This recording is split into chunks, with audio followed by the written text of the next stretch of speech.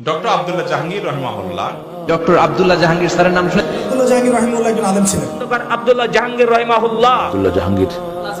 আব্দুল্লাহ জাহাঙ্গীর স্যারকে কেউ আপনারা দেখেছিলেন? যুবকেরা শোনো, আল্লাহ তাআলা আমাদের যে দেহটা বানিয়েছেন, জন্ম থেকে 25 বছর পর্যন্ত গ্রোথ বলো, এই সময়ে কি পড়ে বোঝা যায় না। আর এই সময়ে যে ফুর্তি আনন্দ, এটা কোনো আনন্দ না, এটা অস্থিরতা। জীবন শুরু হবে 25-এর পরে। যদি 30 থেকে মৃত্যু পর্যন্ত জীবন পেতে চাও, মৃত্যু নয় জীবন, জীবন মৃত নয়, সত্যিকারের জীবন, যে জীবনে ফুর্তি থাকবে, কর্ম থাকবে, শান্তি থাকবে, এই রকম জীবন পেতে চাও, তাহলে আমার কথাটা একটু মন দিয়ে শোনো। আল্লাহ তাআলা যে নিয়মে বানিয়েছেন, প্রকৃতির সাথে যুদ্ধ করে আমরা জিততে পারবো না, আল্লাহর প্রকৃতিকে মেনে নিতে হবে। আল্লাহ তাআলা আমাদের সৃষ্টি করেছেন, প্রতিদিন 6-7 ঘন্টা তুমি ঘুমাবে, গভীর ঘুম, 1-2 ঘন্টা খেলবে, কঠিন পরিশ্রম, তোমার শরীর ঘেমে রক্ত টকবক করে বেরিয়ে যাবে। ফুটবল, হাডুডু, ব্যাডমিন্টন, ভলিবল, দৌড়, সাঁতার, এগুলো খেলতে হবে। এরপরে 1-2 ঘন্টা আল্লাহর ইবাদত করতে হবে, আল্লাহর সালাত, সিয়াম, জিকির, যতটুকু পারা যায়।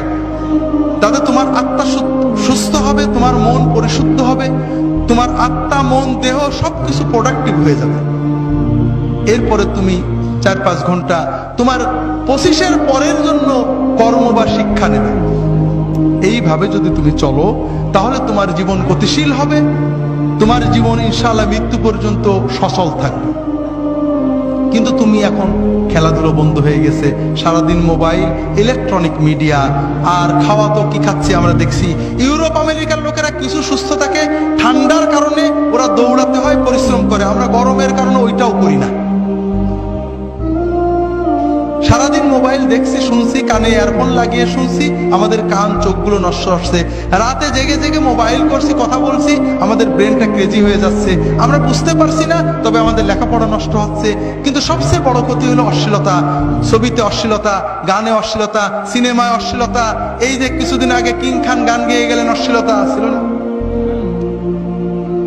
কিছু মানুষ কোটি কোটি টাকা কামাই করেছেন, করছেন এই সব অনুষ্ঠান, কিন্তু আমাদের যুবকদের কি হচ্ছে, অস্বীকার করার উপায় নেই। তাদের ভিতরে অস্থিরতা জন্ম নেয়, তাদের মনে হয় আমি আরো দেখি, আরো দেখি, টিভিতে বন্ধ হয়ে গেল, দেখি পাশের বাড়ির মেয়ের সাথে দেখা যায় কিনা, এইটা করে ওর অস্থিরতা, ওর পড়তে মন চায় না, ওর মোবাইল করতে মন চায়, ওর মনে হয় গল্প করি, এরপরে ও পাপের পথে চলে যায়, এরপরে হিরোইন ধরে, এরপরে ইয়াবা ধরে, এরপরে লেখাপড়া নষ্ট হয়ে যায়, ওর 25 হতে হতে ওর জীবনটা ক্ষতিগ্রস্ত হয়ে যায়, এর পরের জীবন মৃত হয়ে যায়, বাঁচতেও পারে না, মরতেও পারে না, ও হিরোইন গ্রহণ করে, মাদক গ্রহণ করে, এইভাবে সমাজটা আস্তে আস্তে ধ্বংস হয়ে যাচ্ছে, ঠিক না ভাই?